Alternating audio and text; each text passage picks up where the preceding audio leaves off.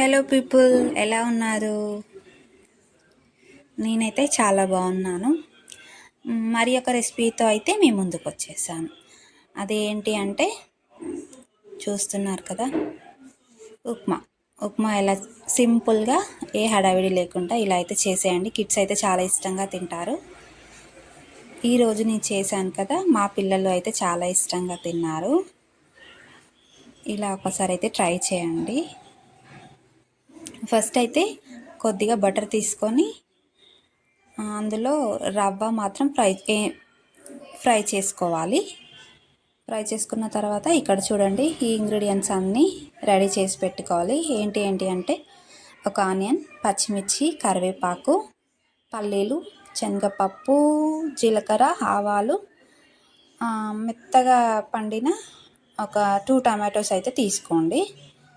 ఇవన్నీ పక్కన పెట్టేసుకొని ప్యాన్ పెట్టేసుకొని కొద్దిగా ఆయిల్ తీసుకొని ఇందులో అయితే ఫస్ట్ పచ్చిమిర్చి, కరివేపాకు వేసాక జీలకర్ర, ఆవాలు, శనగపప్పు కూడా వేసేయండి.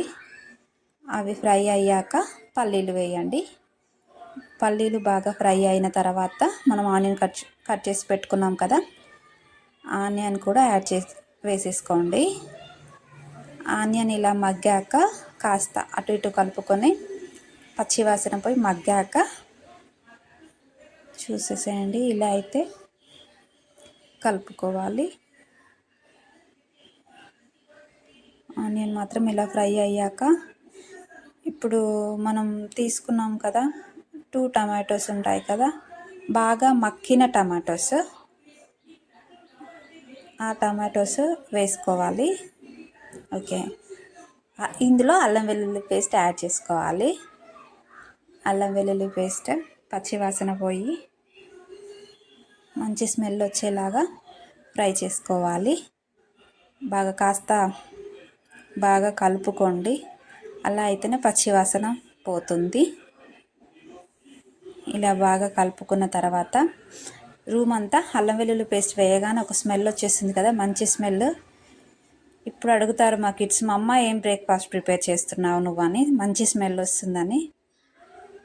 ఈ స్మెల్ అయితే వాళ్ళకి చాలా ఇష్టము. చూసేసారు కదా, బాగా ఇలా ఫ్రై అయ్యాక మనం కట్ చేసి పెట్టుకున్నాం కదా టమాటోస్, చాలా చిన్నగా కట్ చేసుకోవాలి. అవి కూడా బాగా మెత్తగా మక్కాలి టమాటోస్. ఇప్పుడు వాటిని మొత్తం వేసుకున్న తర్వాత బాగా కలపాలి. సో టమాటోలు చాలా మెత్తబడేంత వరకు కలపాలి. ఇలా కలుపుతూనే ఉండాలి. ఇందులో కలిపిన తర్వాత బాగా మెత్తబడిన తర్వాత కొద్దిగా సాల్ట్ అయితే యాడ్ చేసేసుకోవాలి. ఇప్పుడు ఆయిల్ సపరేట్ అయ్యేంత వరకు ఇలా ఉంచేసుకొని ఆయిల్ సపరేట్ అయ్యేంత వరకు ఇలా ఉంచేసుకొని ఇప్పుడు వాటర్ అయితే యాడ్ చేసుకోవాలి. చూడండి, ఇలా అయితే కలుపుతూనే ఉండాలి. మీరు చెప్పండి, ఈరోజు ఏమేమి బ్రేక్ఫాస్ట్ చేశారు? నేనైతే ఇలా ప్రిపేర్ చేశాను. చూసేసేయండి, వాటర్ అయితే వేసాను. ఇలా వాటర్ అయితే బాయిల్ అవ్వాలి. చూడండి ఎలా బాయిల్ అవుతున్నాయో.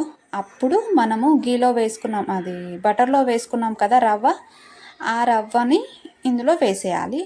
స్లో ఫ్లేమ్లో పెట్టాలి, లేదంటే ఉండలు కట్టుకొని పోతుంది.